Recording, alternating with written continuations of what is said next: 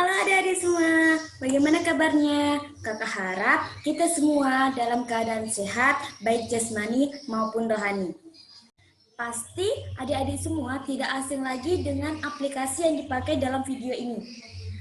Apalagi nih, di saat kita berada di tempat yang belum pernah kita kunjungi. Pasti kita memerlukan petunjuk arah dan aplikasi ini adalah solusinya.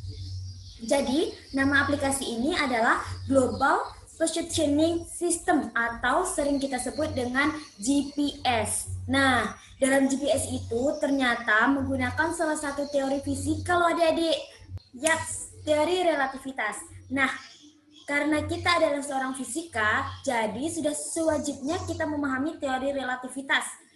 Nah, pada kesempatan ini kakak akan membantu adik-adik semua memahami teori relativitas. Maka dari itu stay tune video kakak. Teori relativitas merupakan salah satu teori yang mempelajari tentang gerak.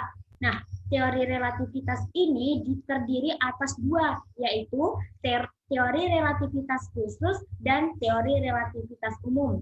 Nah, pada kesempatan ini kita akan membahas tentang teori relativitas khusus. Teori relativitas Newton menjelaskan gerak-gerak benda jauh di bawah kecepatan cahaya. Konsep dari relativitas Newton yaitu gerak benda tidak dapat dideteksi. Selanjutnya, kita lihat gambar di samping. Nah, gambar ini pada mulanya kereta api itu berada di stasiun, kemudian kereta api menjauhi. Nah, di sini dapat ditentukan bahwa titik acuannya itu ada dua. Yang pertama di stasiun dan yang dua di gerbong belakang kereta api. Nah, ketika orang yang berada di gerbong kereta api itu memandang ke stasiun, maka akan didapatkan persamaan sebagai berikut. Nah, selanjutnya ketika orang yang berada di kereta api ini melihat titik acuan di S-aksen atau Y-aksen, maka akan didapatkan persama seperti berikut. Dari peristiwa tersebut, maka dapat disimpulkan bahwa dalam kerangka acuan inersia, hukum fisika akan berbentuk sama, baik dilihat oleh pengamat yang diam maupun pengamat yang bergerak dengan kecepatan konstan. Kemudian, Michelson dan Morley melakukan percobaan untuk mengukur kecepatan ether menggunakan interferometer sekaligus untuk membuktikan ether itu ada atau tidak ada. Nah, di samping adalah skema percobaan interferometer Michelson.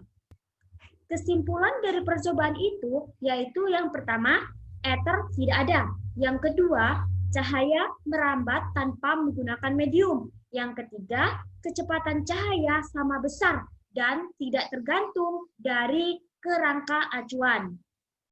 Percobaan itu tadi kemudian dilanjutkan oleh Einstein, di mana kemudian Einstein ini mengeluarkan dua postulat, yaitu postulat pertama yang berbunyi, hukum-hukum fisika memiliki bentuk yang sama pada semua kerangka acuan yang bergerak dengan kecepatan tetap atau kerangka acuan inersia.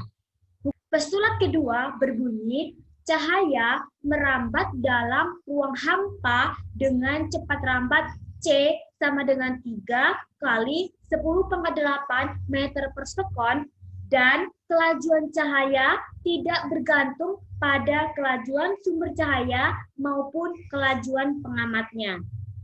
Sebenarnya terjadi kekeliruan di transformasi Galileo karena tidak dapat menghitung kecepatan-kecepatan yang mendekati kecepatan cahaya, melainkan menganggap bahwa selang waktu pada kerangka S-aksen sama dengan selang waktu pada kerangka acuan S.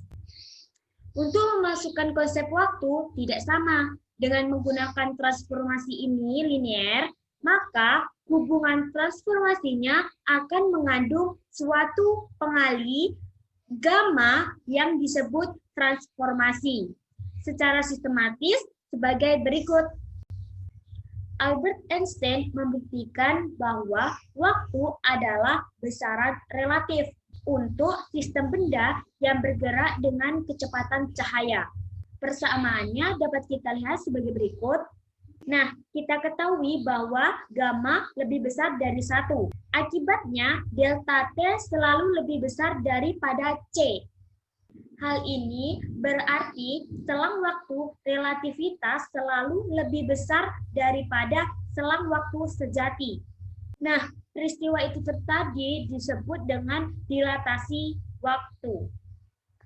Einstein dapat menunjukkan bahwa massa suatu benda akan bertambah jika kecepatan benda bertambah menggunakan hukum kekekalan momentum pada gerak benda relatif, di mana persamaannya sebagai berikut.